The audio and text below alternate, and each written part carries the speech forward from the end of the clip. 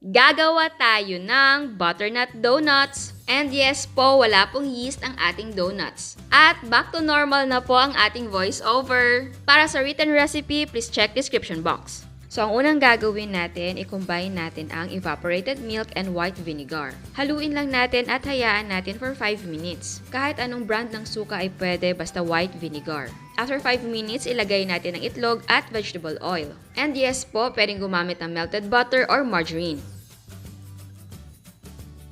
Ngayon naman, i-combine natin ang all-purpose flour, white sugar, baking powder, at dahil butternut ito, lalagyan natin ng nutmeg powder and cinnamon powder. Tapos, haluin na natin ng mabuti. And then, i-combine lang natin ang dry and wet ingredients.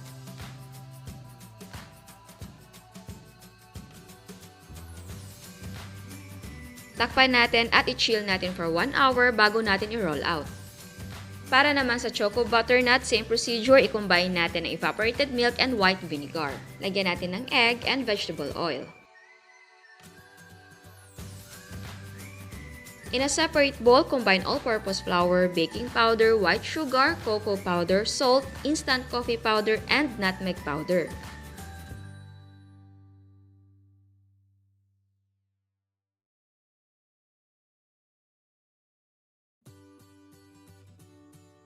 Tapos, i-combine natin ang dry at wet ingredients.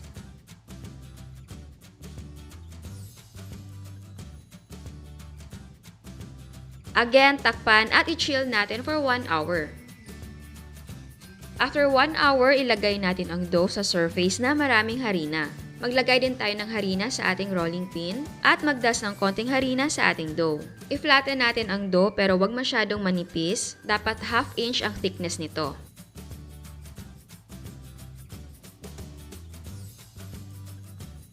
I-cut na natin ang dough. Siguraduhin lang na lightly dust ang mga cutter ng harina para hindi dumikit ang dough sa ating cutter. Ang gamit ko ay egg ring at bottle cup. Again, hindi kailangan ng special equipments. Kung ano ang meron sa bahay ay pwede nyong gamitin. Gaya ng mga maliliit na bowl or mug. And yes, pwedeng prituhin ang mga donut holes. At ang mga donut scrap naman ay pwede mong i-roll out again.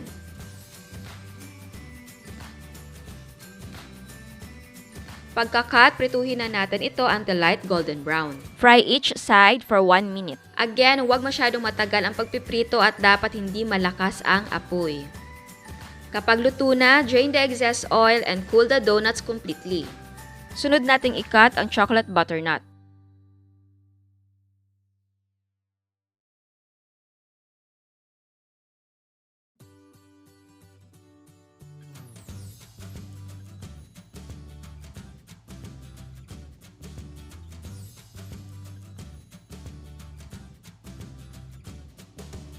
Prituhin natin for 1 minute ang magkabilang sides.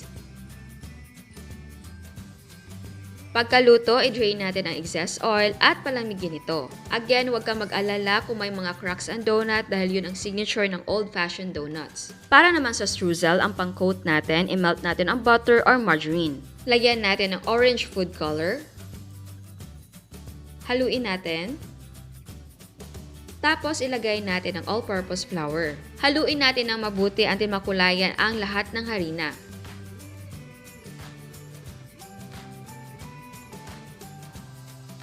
Pero ito yung isang tip ko para mas madali. Ginagamit ko ang bottom ng aking measuring cup. Pinipress ko siya against sa mixture para kumalat yung kulay. At habang ginagawa mo ito, pwede na munang patayin ang apoy para hindi mainit. Tapos i-on mo na lang kapag tapos mo na siyang i-mix. Pero kung meron kang ibang technique, ay pwede nyo i-apply. Ayan, may kulay na lahat ng ating mixture. Ibabalik ko ang apoy at lulutuin ko lang siya for 2 to 3 minutes over low heat. And then, turn the heat off at ilagay natin ang white sugar and nutmeg powder. Haluin lang natin na mabuti at palamigin natin. Para naman sa glaze, i-combine natin ang powdered sugar and milk or water. Kung napapansin nyo, konti lang ang hinahalo ko ngayon dahil eto na lang ang natitira sa aking powdered sugar. Pero ang binigay kong measurements ay para yan sa lahat ng donuts. So itong hinahalo ko ay sample lang kahit konti para lang makita nyo. So, i-glaze natin ang buong donuts pero dapat manipis lang para lang dumikit ang ating streusel. Tapos, i-coat na natin ng streusel. At yun nga, wala na natira sa glaze, so ang gagamitin ko ay condensed milk. So same procedure lang, dapat manipis ang paglalagay ng condensed milk sa ating donut. Dapat hindi marami ang ilalagay mo, mag-glaze man yan or condensed milk para hindi humulas ang ating coating. And again, i-coat mo lang ang buong donut ng streusels.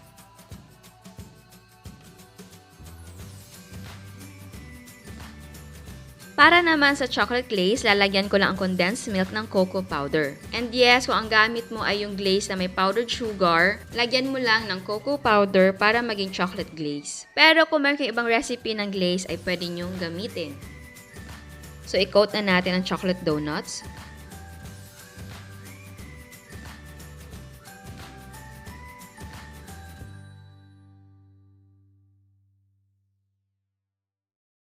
Ayan, eto yung itsura niya.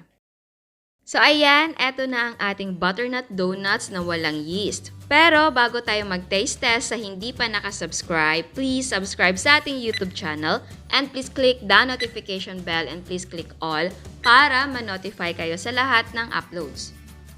So ayan, titikman na natin. Unahin na muna natin ito, yung butternut lang. Walang chocolate.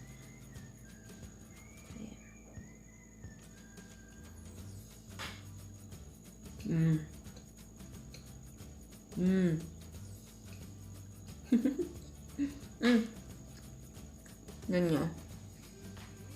Ganyan, tignan nyo yung texture. No. Oh. Same na ba? And yes, yung lasa. May similarity. Hindi naman ganun ka-perfect.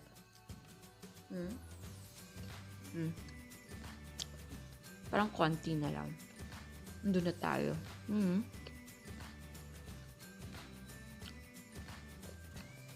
Yung mga itim-itim na yan yung nutmeg powder and cinnamon.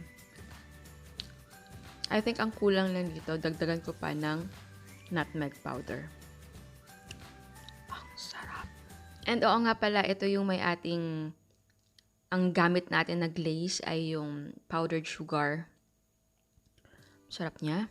I-compare natin dun sa, condensed milk ang yung gamit natin. Naubusan talaga ako. Ito ba yun? Teka. Ay, hindi. Hindi pala, guys. Ito pala yung, yung condensed na yung gamit natin. Condensed milk. Ito pala yung, yung may powdered sugar. Kita nyo? Ayan, Hindi ko napansin na condensed milk yung gamit dito. Talagang, tingnan natin Yung lasa, alam nyo, same lang. Nang pinagbago. Kaya okay lang na condensed milk yung gamit mo. Basta hindi makapala, manipis lang. Basta lang na madikit yung ating streusels. Kaya, wag masyadong makapal. See? Same lang talaga. Tignan nyo. Sa lasa, okay lang. Hindi ko napansin. Ito pala yung ating may condensed milk na gamit natin as glaze or pandikit ng ating streusels. Tapos, ito pala yung ating merong powdered sugar ng glaze. So, see? Okay lang. Ito naman yung ating chocolate na version.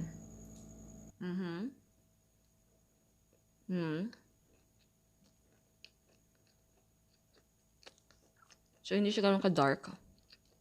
Kung i-compare ko siya dun sa original, ano yung lasa niya? Kasi yung original, medyo mapait. Ganun din siya. Siguro lang mapait, hindi ko na maalala. Teka lang, mapait na medyo matamis. Siguro ito gusto ko pa siya dagdagan ng sugar. That's for me. Alam nyo, meron talaga siyang similarity. Of course, hindi 100%, pero lumalaban yung ating recipe. I can't wait na matikman to ng aking family. Kasi syempre, di ba, Dahil sa sitwasyon natin ngayon, hindi tayo makakapunta basta-basta sa mga donut shop para makabili. So, pwede ka gumawa sa bahay. Oh my God. Honestly, gustong-gusto ko to. Parang,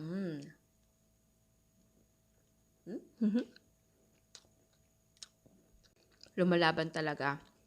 Of course, masarap din to.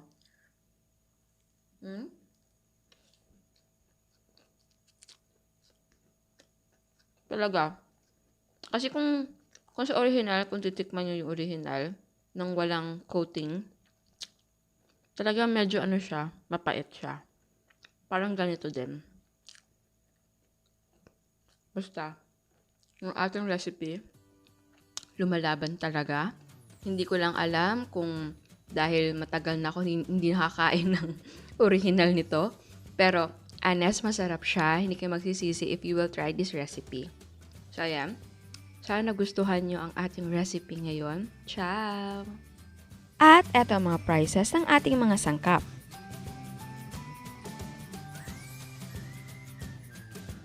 Ang nagawa natin ay 20 pieces. Ang cost per yield ng butternut ay 10 pesos and 28 cents. 11 pesos and 85 cents naman sa Choco Butternut. Pwede mo ibenta ng 15 pesos ang isang donut. Again, ang selling price ay magdidepende kung magkano ang presyo ng sangkap sa inyo. At bago ako magpaalam, ito another dose of inspiration. Ito ang mga cake loaves ni Miss Sam.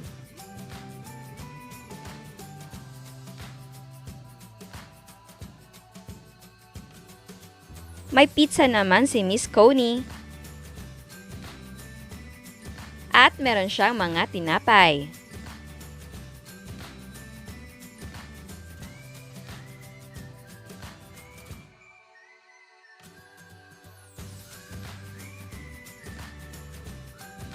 Eto naman ang chocolate cake ni Miss Tina. Again, salamat sa lahat na nagpapadala ng mga photos. Kamusta na kayo? Kamusta ang buhay? Grabe no, hindi natin namamalayan na malapit nang matapos ang summer. Yung mga ibang establishment dito sa amin ay nagbubukas na, pero strict pa rin kasi hindi ka basta-basta makakalabas ng bahay. So hindi pa talaga normal ang sitwasyon. I really pray na matatapos na to. Basta stay healthy and stay safe. Again, salamat sa suporta at sa mga hindi pa nakasubscribe. Please subscribe sa ating YouTube channel and please click the notification bell and please click all para ma-notify kayo sa lahat ng uploads. And please don't forget to like our Facebook page and follow us on Instagram. Thank you!